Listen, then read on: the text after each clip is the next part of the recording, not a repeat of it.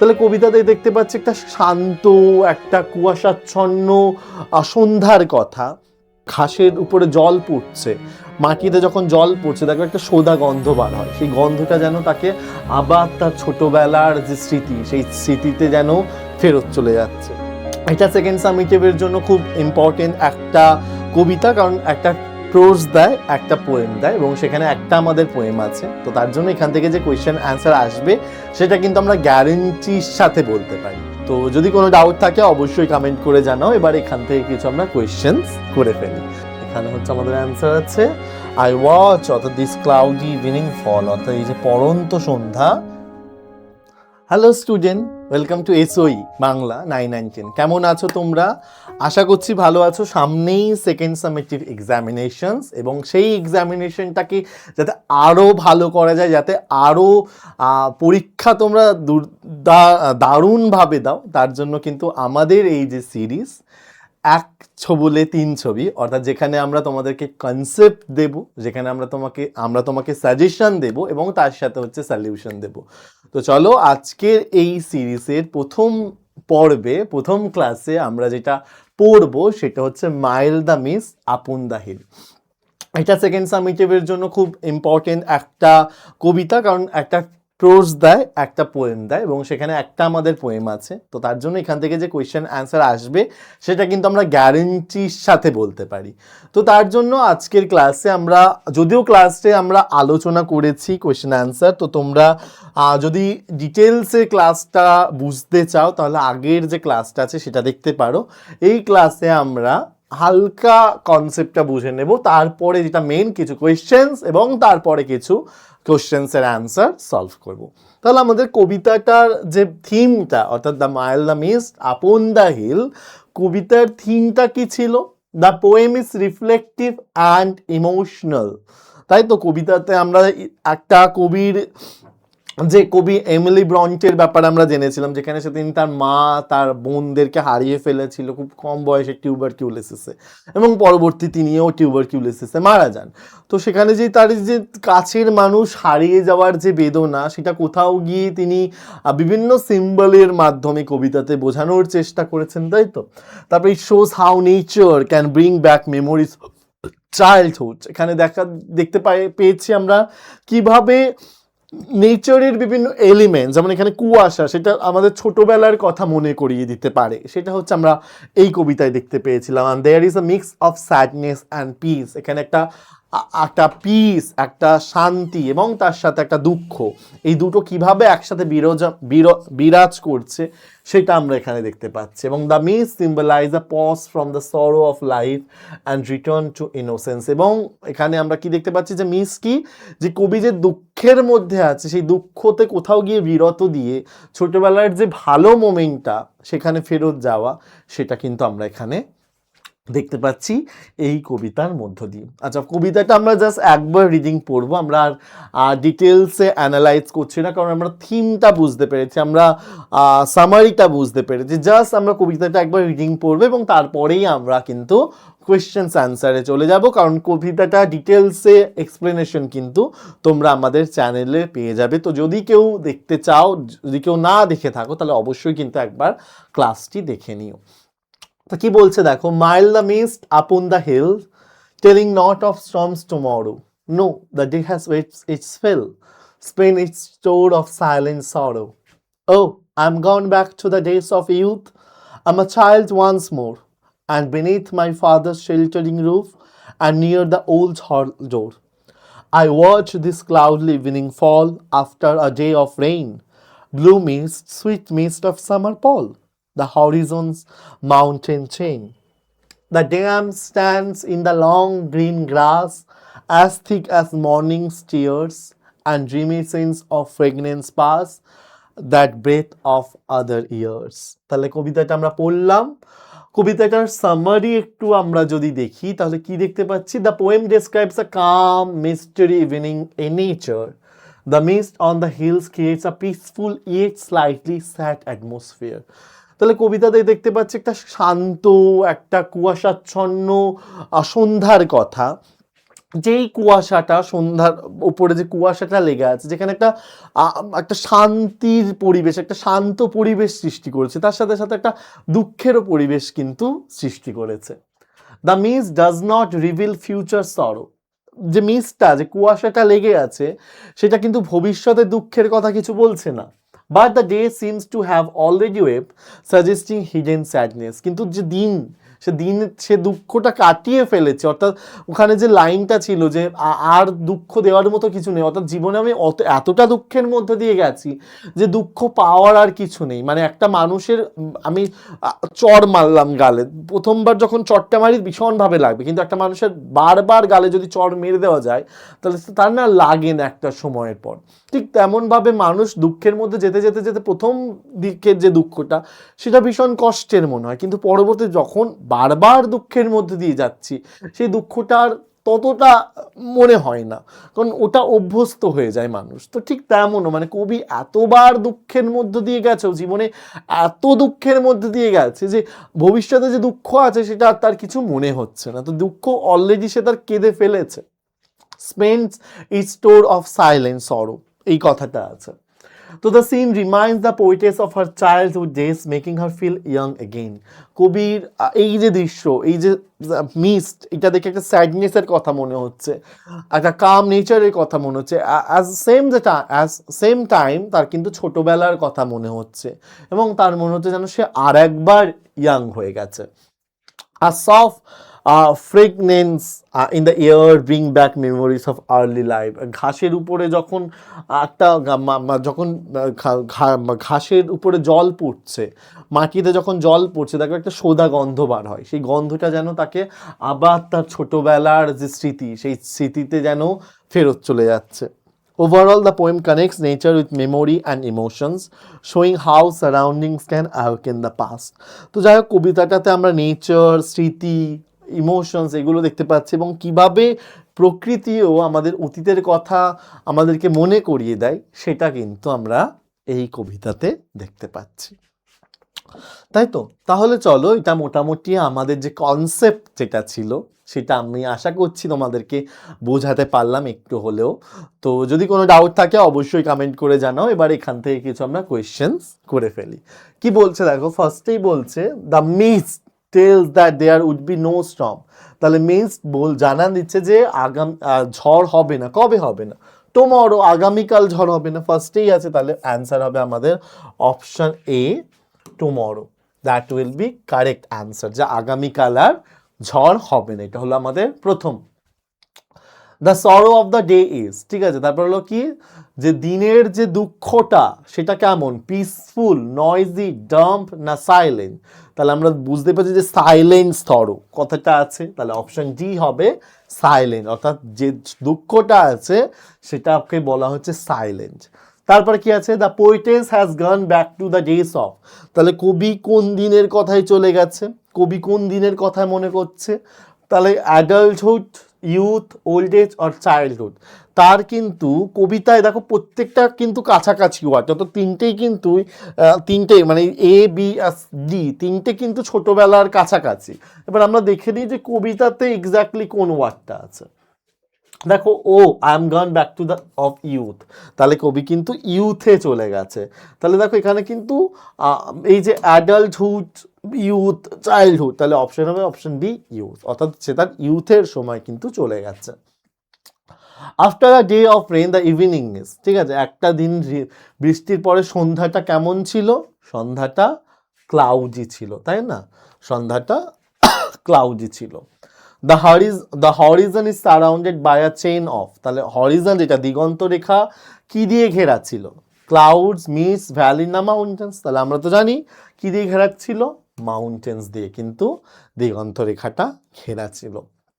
The season in the poem is, কোন সিজনের কথা এখানে বলা হচ্ছে? উইন্টার, অটম, সামার না স্প্রিং? তোমরা নিশ্চয়ই জানো এখানে কিন্তু সামারের কথা বলা হচ্ছে। কোথা থেকে বলা হচ্ছে দেখো, দেখো এখানে কথাটা আছে দ্য মিস্ট অফ সামার পল, এই যে সামারের যে ঘন কুয়াশা তার কথা বলা হচ্ছে। তো এখান থেকে আমরা বুঝতে পারছি এখানে আমাদের সামারের কথা কিন্তু বলা হচ্ছে। তারপর কি বলছে, the dreamy sense breath of other, তাহলে কি হচ্ছে যে ড্রিমি সেন্স, সেখানে যে স্বপ্নালু একটা সেন্স, সেটা কিসের সাহায্যে ব্রেথ নিচ্ছে, সেখানে কিন্তু একটা কথা আছে ইয়ার্স। তাহলে অপশন ডি ইয়ার্স হচ্ছে আমাদের কারেক্ট অ্যান্সার।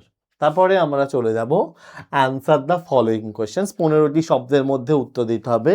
তাহলে ফার্স্ট কোয়েশ্চেন্স কি বলছে? ফার্স্ট কোয়েশ্চেন বলছে how does the poetess know that there would be no storm tomorrow? কিভাবে আমাদেরকে কবি জানান দিচ্ছে যে আগামীকাল কোনো ঝড় হবে না? তাহলে কিভাবে জানান দিচ্ছে? কারণ আগে দিনে মানে দিনের বেলা আগেই বৃষ্টি হয়ে গেছে, আগের দিনেই বৃষ্টি হয়ে গেছে, তার জন্য আর বৃষ্টি হবে না। তো এই যে হয়ে গেছে বলে আর হবে না, বা আমরা যদি একটু সিম্বলিক্যালি দেখি যে কবি তার জীবনে যত দুঃখ তার মধ্যে দিয়ে অতিক্রম করে দুঃখের মধ্যে দিয়ে গেছে, আর তার জীবনে দুঃখ হবে না, বা দুঃখ এলেও সেটা তার কিছু মনে হবে না। তো সেটাই হচ্ছে উত্তর। তাহলে কি হবে answer? The mild mist upon the hill foretells that there will be no storm tomorrow. আচ্ছা, how does the poetess know that there will be no storm tomorrow? কিভাবে কবি জানতে পারছে যে আর ঝড় বৃষ্টি হবে না? তাহলে যেহেতু পাহাড়ের উপরে হালকা কুয়াশা লেগে আছে, সেটা জানান দিচ্ছে আর ঝড় বৃষ্টি হবে না, কারণ কুয়াশা থাকলে নাকি ঝড় বৃষ্টি হয় না, এরকম অনুভব করা হয়। তো সেখান থেকে বলছে who spend his store of silent sorrow? কে তার যে নীরব দুঃখ বেদনা সেগুলো কাটিয়ে ফেলেছে?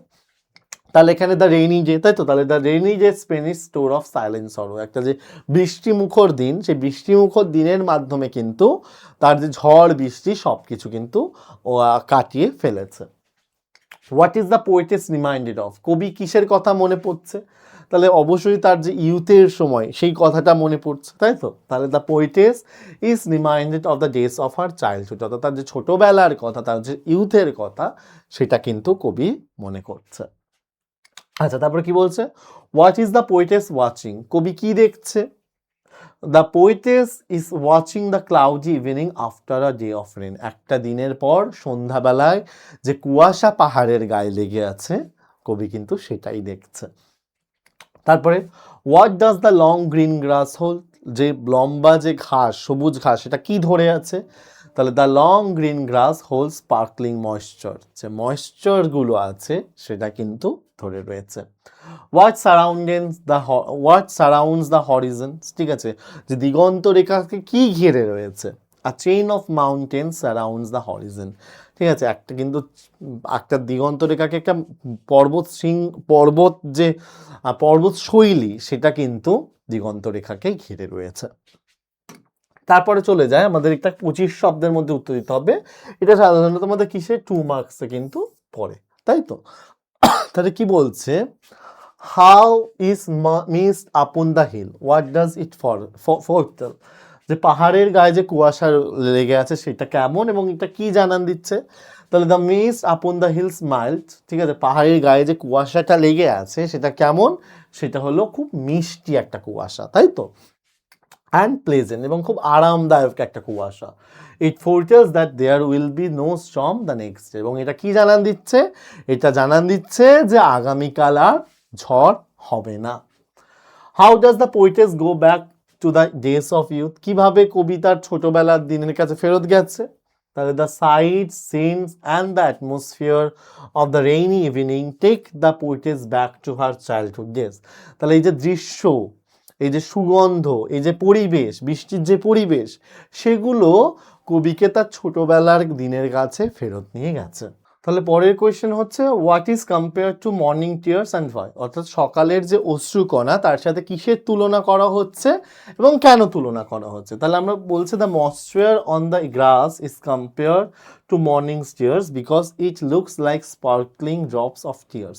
ময়েশ্চার্স হচ্ছে ওই যে কুয়াশার কুয়াশার যে জলটা, সেইটাকে কুয়াশাটা যখন আর্দ্রতার কারণে গলে গেছে, তো সেইটাকে কি বলবো, কুয়াশা না বলে বলো তুমি বাংলাতে কি বলো ওটাকে, ঘাসের উপরে যেটা হালকা হালকা লেগে থাকে। দাঁড়াও 1 মিনিট। আচ্ছা, কি যেন একটা বলে, টার্মটা আমি ভুলে যাচ্ছি, বাংলা টার্মটা। যাই হোক, তো ওটাকে ওই যে ময়েশ্চারারটা ওটা ঘাসের উপরে লেগে পড়ে থাকে এবং ওটাকেই বলা হচ্ছে, ওটাকেই জলের সাথে অশ্রুকণার সাথে তুলনা করা হচ্ছে।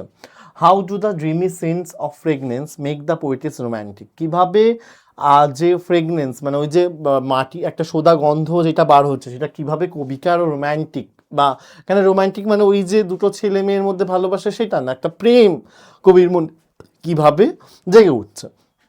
তাহলে the dreamy scenes awaken memories of the past and fill the poetess mind with nostalgia and romantic feelings. তাহলে কবি এই যে সিনসগুলো যখন দেখছে, মাটির সোদা গন্ধ যখন আসছে, তখন কী করছে, তার অতীতের কথা মনে পড়ছে এবং সে অনেক নস্টালজিয়া হয়ে পড়ছে। পরেরটা, তো এটা মোটামুটি আমাদের অ্যান্সার দ্য ফলোয়িং কোয়েশ্চেন। যেহেতু কবিতাটা খুবই ছোট, বেশি মানে টাইপস অফ কোয়েশ্চেন্স বেশি নেই, মানে কিছু কোয়েশ্চেন্স আছে যেগুলো করলেই কিন্তু আমাদের মোটামুটি একটা হয়ে যাবে। পরের যেটা দাঁড়াচ্ছে সেটা হচ্ছে আমাদের সেন্টেন্সগুলোকে কমপ্লিট করতে হবে। তো ফার্স্ট বলছে the pleasant mist over the hill foretells, ঠিক আছে, তাহলে পাহাড়ের গায়ে যে মৃদু কুয়াশা লেগে আছে সেটা জানান দিচ্ছে যে আগামীকাল আর ঝড় হবে না। তাহলে কোন লাইনটা লিখতে হবে, যে telling not of storms tomorrow, এই যে লাইনটা আছে যে আগামীকাল আর ঝড় হবে না, এই লাইনটা কিন্তু আমাদের লিখে দিতে হবে। বোঝা গেল? পরের যে কোয়েশ্চেনটা আছে আমরা দেখে নিই। বলছে দ্য ডে হ্যাজ, তারপরে এখানে একটা লাইন ছিল waves it's feel of sorrow, এরকম একটা লাইন ছিল। তা সেই ওই লাইনটা হচ্ছে আমাদের লিখতে হবে দ্য ডে হ্যাজ ওয়েভ its fill spent its store of silent sorrow, এই যে লাইনটা এটা কিন্তু আমাদের লিখতে হবে। তারপরে কি আছে দেখে নিই পরের কোয়েশ্চেন্স। পরের কোয়েশ্চেন বলছে, তাহলে আমাদের দুটো হয়ে গেল। পরের কোয়েশ্চেন বলছে দ্য পোয়েটেস গোজ ব্যাক, কবি কোথায় গেছে, her youth again, the poetess goes back her youth again, সেটা শৈশবে আবার ফেরত গেছে। পরে কি বলছে the object of our youth that the poetess particularly remembers, তাহলে কোন জিনিসটাকে কোন অবজেক্টসগুলোকে কবি আবার মনে পড়ছে, সেই যে হচ্ছে I am going back to youth, আমার child once beneath my father's shell, এই যে শেল্টারিং রুম, হল ডোর, ঠিক আছে, এই জিনিসগুলোই কিন্তু এই অবজেক্টগুলোকে কিন্তু সে আবার মনে করছে। ঠিক আছে, পরের কোশ্চেন বলছে, আচ্ছা 4 হয়ে গেল। দা 5 বলছে দ্য পোয়েটেস ওয়াচেস, কবি কি দেখছে, দ্য ইভিনিং ফল দেখছে, তাই তো, সন্ধ্যা যে যখন পড়ছে সেই সন্ধ্যার সময়টা কিন্তু কবি দেখছে।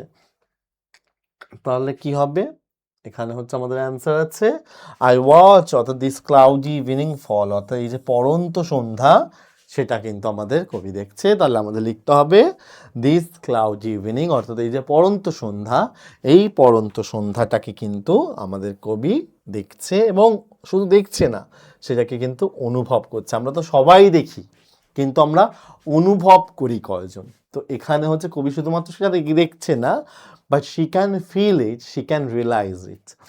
The next one, the blue mist covers, যে ব্লু যে নীল, নীল যে কুয়াশা সেটা কি কভার করেছে, ওই যে মাউন্টেন জোন বা হরিজোন এই ধরনের কিছু আছে, এখানে আছে blue mist sweet mist week of summer pall the horizons mountain chain, তাহলে হবে দ্য হরিজনস মাউন্টেন চেঞ্জ, এই লাইনটা হবে যে ওই যে দিগন্ত, পাহাড়ের যে দিগন্ত সেটাকে কিন্তু এই নীল কুয়াশা, মিষ্টি কুয়াশা সেটা কিন্তু ঢেকে রেখেছে। পল শব্দের অর্থ এখানে আমরা পড়েছিলাম কভার, তাই তো, ঢেকে রাখা, সেটা কিন্তু আমরা এখানে পড়েছিলাম।